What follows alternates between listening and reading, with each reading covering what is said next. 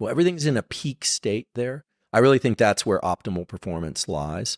There's so many interesting words here, but what's performance and what's optimal performance? We're talking about mental ability to what? To perceive the environment quickly, to make actions quickly. What's optimal performance? Yeah. Well, it's very subjective and it varies depending on task and environment. So one way we can make it a little bit more operational and concrete is to say there is a sweet spot, if you will, where the level of internal autonomic arousal, aka stress or alertness, whatever you want to call it, is ideally matched to the speed of whatever challenge you happen to be facing in the outside world. So we all have perception of the outside world as exteroception, and then perception of our internal real estate, interoception.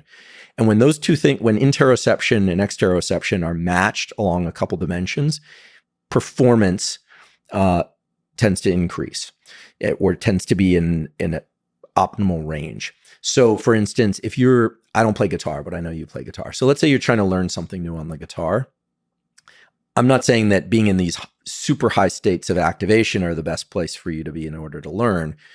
It may be that your internal arousal needs to be at a level where your analysis of space and time has to be well matched to the information coming in and what you're trying to do in terms of performance, in terms of playing chords and notes and so forth.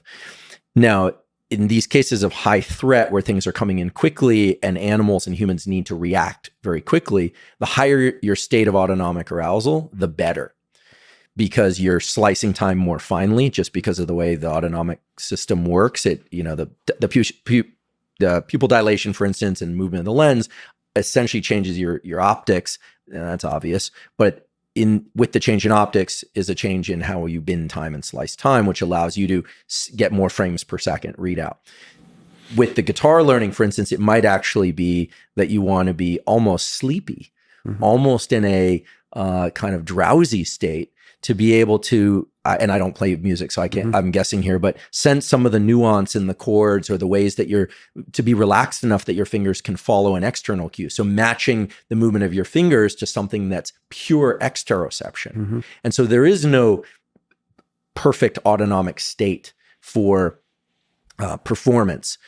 This is why I don't favor terms like flow, because they're not well operationally defined enough.